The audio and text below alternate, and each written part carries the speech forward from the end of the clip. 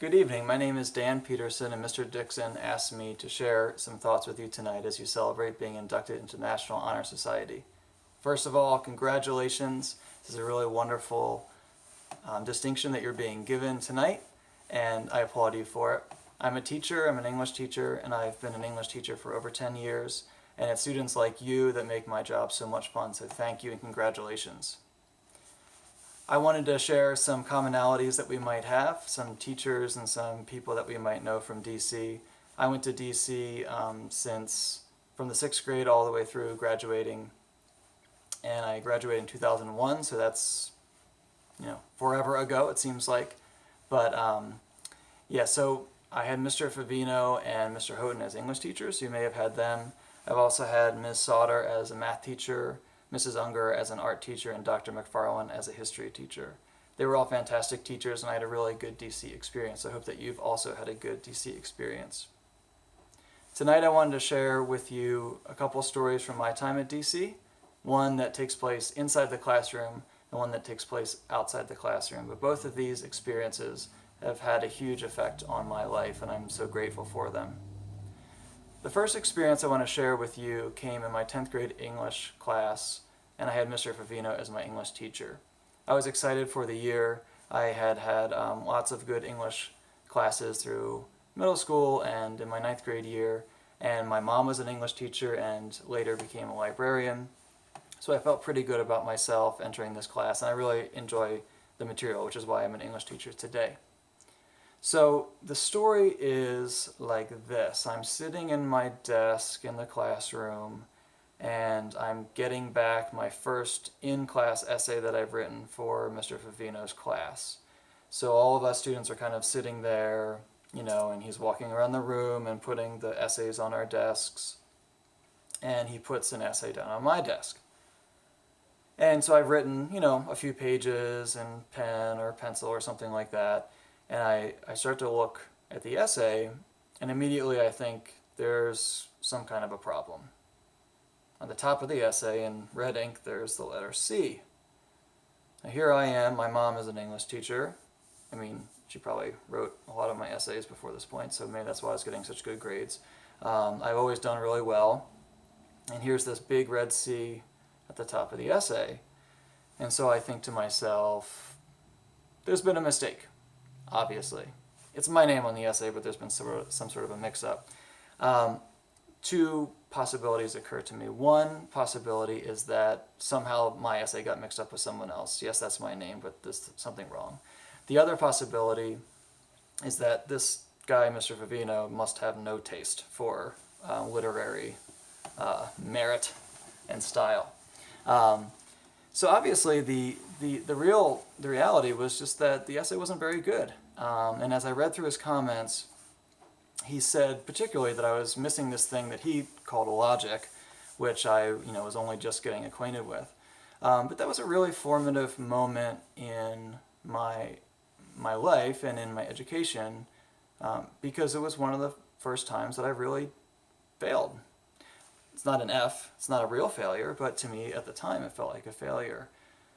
I wasn't quite sure how I was going to respond to that, and what I would tell my mom English teacher about that, but here it was sitting in front of me. This essay was just plain average, definitely not exemplary.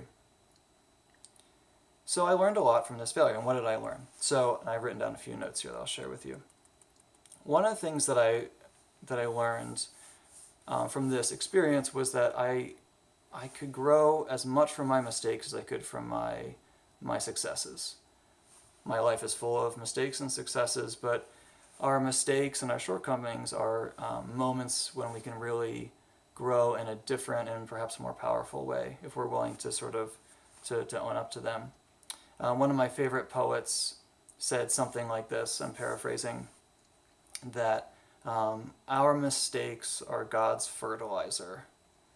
So it's when we do something that falls short of the mark, when we do something, especially if we hurt someone else or hurt ourselves in some kind of way, and those are the moments when God can really allow us to grow through those mistakes. So I share that with you. That was my experience that came to me from inside the classroom. And Mr. Favino is awesome. We still talk sometimes, and he's great. So, and he did give me some better grades, but that's not the point. Okay. The second experience I wanted to share with you is an experience that happened when I was on a retreat in my 10th grade year. And we had a wonderful teacher at the time, Mr. Davis. Some of the faculty watching this will know, of course, very well. And he was a wonderful teacher and a wonderful preacher. So he was giving these messages on the Bible. And it was his first or second year at the school, I think, then. And so we were sort of getting to know him. But he was giving these wonderful messages. And at that point in my life, I wasn't really serious about my Christian faith. And I also didn't really have, a lot of real deep friendships at the school. I, was there in middle school and things. And I had some friendships, but, you don't have your own car yet. You can't really hang out with people so easily. And DC, people are a little more spread out and things like that. So anyway, so we're at this retreat, and at the end of the message, this guy named Lucas comes up to me and says, "Hey, Dan, some of us are gonna go down to the dock and just pray if you want to come with us." And I thought, sure, right?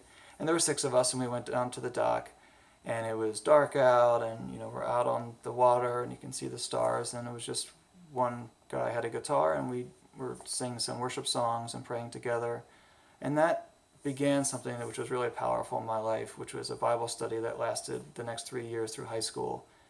And in those times being together in the Bible study, 2 things happened that I wanted to share with you, 2 things that I learned. One thing was I learned how deep and meaningful friendships could be. Of course, I had always had friends, and we have friends in lots of different capacities and things like that. But this was the first time in my life where I had friends I could really talk to, really listen to, really share what was going on inside of me and in my heart. And we could share things that we were excited about, regretful of, anything really that came up. So it was a really powerful moment in my life, and it showed me how powerful friendships can be. The other thing that it showed me was just something about sort of the Christian faith and the Christian walk itself. And I'll read this part just because I have notes here, but I'll mess it up if I don't just read what I've written, so bear with me. It's only a few sentences. I learned the power of Christian faith when it is experienced, alive, and one's own. I learned that belief in God is not only an affirmation of the intellect, but also an affirmation of the heart. The Christian faith is a way of living in the world, a way of life that approaches God, other people, and ourselves with love. No matter what we study, no matter what work we do, what we do or say, let us do it in Christ's love, a love that is quick to listen and quick to forgive. Let us engage the world with empathy and compassion, meeting the brokenness of the world and in ourselves with the grace of Christ. Thank you for listening to me tonight on your big night as I share some thoughts with you. And again, as a teacher, I so deeply appreciate your contributions to your classroom and to your own learning and to your own teachers. Thank you and wonderful job. I'm going to leave you with just 2 questions tonight, and then I'll say goodbye. Here are my 2 questions. What have been the experiences you've had in high school that you can learn from, not only your successes, but also your failures? And secondly, what friendships have changed your life and brought you a fuller understanding of God's love? Thank you. Peace.